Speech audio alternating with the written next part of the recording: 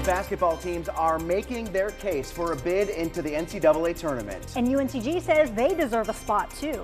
We definitely deserve a bid. Guilford County Sheriff Danny Rogers hits 100 days in office. I am proud to be your sheriff and will continue to work hard. What he's done so far and his first big controversy. North Carolina Senator Tom Tillis changes his mind. He said he'd vote against President Trump's national emergency declaration. Why that flipped at the last second. And don't mess with these moms. I feel the need, to do something about this. Meet the group committed to busting child predators. The late edition of WFMY News 2 starts right now. Another battle of the Blues is set, this time in the ACC tournament. UNC and Duke both won tonight and advanced to the semifinals. A return by Zion Williamson helped Duke's mentality, and he delivered on the hype. WFMY News 2's Luke Liddon has more. So you all know this guy, right? Even if you don't like basketball, I'm pretty sure you know who this is. Zion Williamson. We've talked about his bizarre injury over and over again for more than 3 weeks. Everyone afterwards saying he needs to sit out to avoid another injury. He can't hurt his draft stock. But Coach K, you seem to know Zion pretty well. What do you think? We didn't believe any of that. We believe him. And so you change somewhat, but you can't just do a wholesale change if you know the guy is coming back. And hey, he is making his return to the court for the first time since February 20th, and he heard all the side comments about what he should do, but he finally put that to rest. For the people that think I should just stop playing in college and just focus on the NBA, thanks, but no thanks. I'm not really worried about that. I'm just trying to be Zion and just play the game I love. And now the moment Duke fans have waited for, stepping back on the court, warming up to play once again. Our very own Patrick Wright is live down in Charlotte and saw firsthand the freshman's return to the court. Well, Zion Williamson's return to the court was all the talk here in Charlotte today, and all the hype paid off from the very beginning. Listen to this. Zion Williamson was 9 for 9 from the field, scored 21 points, had 9 rebounds and 5 steals in just the first half, and he continued to roll throughout the game, finishing perfect from the field, 13 for 13 with 29 points and 14 rebounds. So if you're wondering if he'd lost a step because of that knee, well, think again. Duke moving on to the semifinals to take on UNC. We'll have much more on this later on in sports. A lot of eyes on Zion tonight, and UNCG wants some of the spotlight too. They're one of several teams on the bubble for the NCAA tournament. And the Spartans are making a strong case. Oh yeah, the energy on campus is electric right now. WFMY News 2's Alma McCarty spoke to fans and the head coach tonight about what a bid would mean to the team. That's right. For Wes Miller's team, last year's bid was in the bag. They won the SoCon tournament and took their first trip to the national tournament since 2002. But this year, that trip to the big dance isn't guaranteed. A stellar season with the most wins in the history of UNC Greensboro's basketball program might have come to an end this week.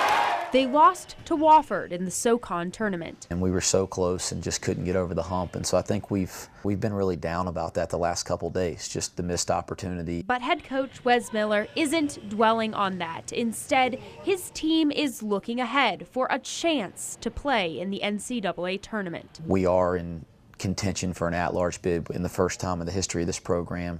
That's even a really unique thing for any mid-major program. UNCG's spreading that message using everything from social media to billboards, showing their team deserves a bid. So we really wanted to kind of use our outlets to get that message across. Sometimes things like that feel so out of reach. I hope the committee kind of takes last year's entry into account. The SoCon deserves a lot more credit. I feel like we definitely deserve a bid. Miller says no matter what happens, the Spartans are gaining the recognition they deserve.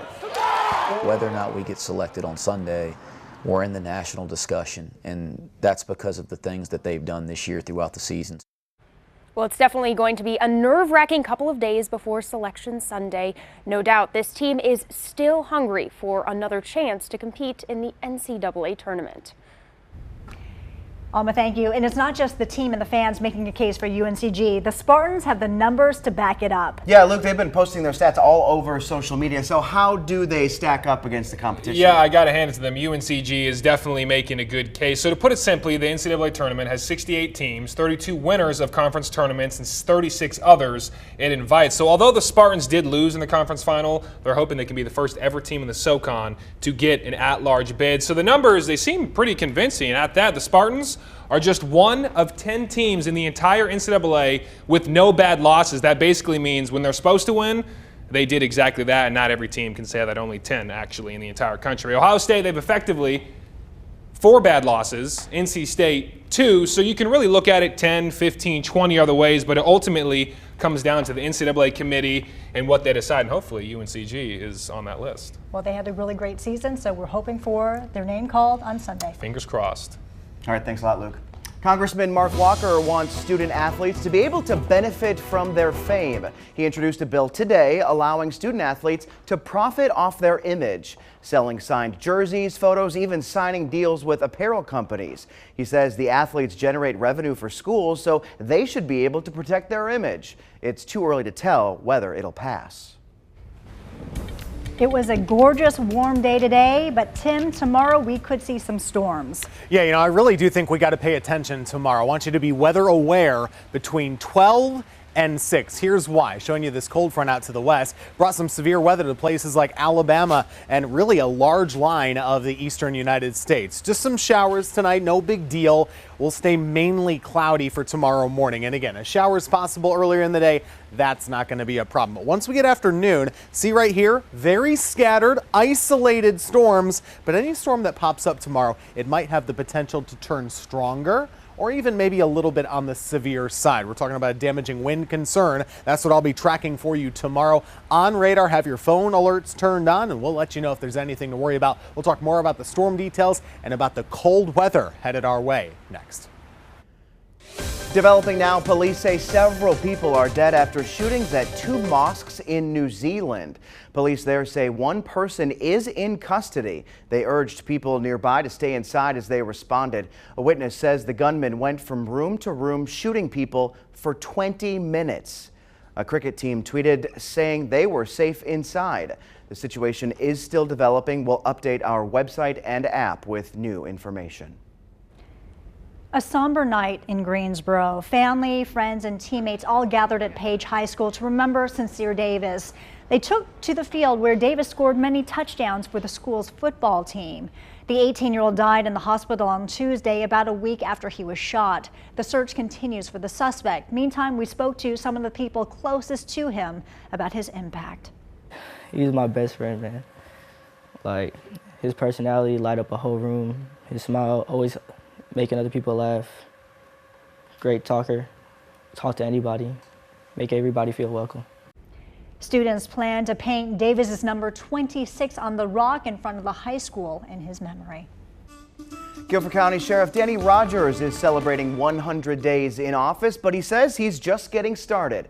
WFMY News 2's Jessica Winters is breaking down his first moves and what's become his first big controversy. I am blessed to have concluded my first 100 days. Sheriff Danny Rogers is a man on a mission. My mission as the sheriff of Guilford County is in progress. He says he wants to bridge the gap between law enforcement and the community. I've increased community outreach events by visiting over 8 schools. I've visited over 20 different businesses. The sheriff says he's been out on patrols to better understand the problems on our streets and the daily trials his deputies face. We're on patrol, we stop traffic violators, we go in on drug raids. Simply stated, Sheriff Rogers says he'll continue to work hard. My focus is to protect, to serve with integrity, honesty, and transparency. Well, tonight he also responded to that back and forth, that war of words between himself and former Sheriff B.J. Barnes. Absolutely, yes. Sheriff Rogers accused former Sheriff B.J. Barnes and his administration of destroying documents and also stealing computers. But an internal audit found that no malintent associated with the removal of computers. Tonight, the sheriff's office sent me a statement in response to the findings. It reads in part, The sheriff isn't accusing anyone of criminal activity. It is obvious, however, that there were several documents and records missing at the time the new staff took their positions. We don't have further information regarding the audit.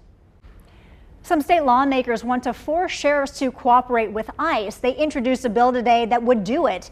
Many counties refuse to work with ICE, including Guilford and Forsyth County. The bill sponsors say those sheriffs are putting politics ahead of public safety. If it becomes law, courts would be able to penalize counties that don't obey it. Last month, ICE detained more than 200 people across North Carolina. Nearly half of them were connected to criminal activity, according to authorities. At least 30 were in the triad. The U.S. Senate voted to veto President Trump's emergency declaration. Initially, Senator Tom Tillis said he'd support the veto, but ended up voting to support the president. In a statement, he said, "My concerns were never about what President Trump is trying to accomplish, but rather with setting a precedent that a future president could bypass Congress." Tillis says he'll work with Vice President Pence on a new law to prevent future abuse of power. Senator Richard Burr also voted against the veto today. In a statement, he said, "I believe the president's efforts to secure our border are lawful and essential for the safety of our nation." The bill now heads to President Trump's desk. He's expected to veto it himself, but the House could override his decision. Congressman Mark Walker wants to help a swim team from New York. They're set to compete in Greensboro next week, but they're banned from staying in our state, and it all goes back to HB2. In 2016, New York's governor signed an order banning non-essential state-funded travel to North Carolina. That law was repealed, but that ban is still in place. So Walker says he'll pay for the athletes to stay in Greensboro. This way, they won't have to travel 2 hours from Virginia to the Greensboro Aquatic Center for the NCAA Championship swim meet.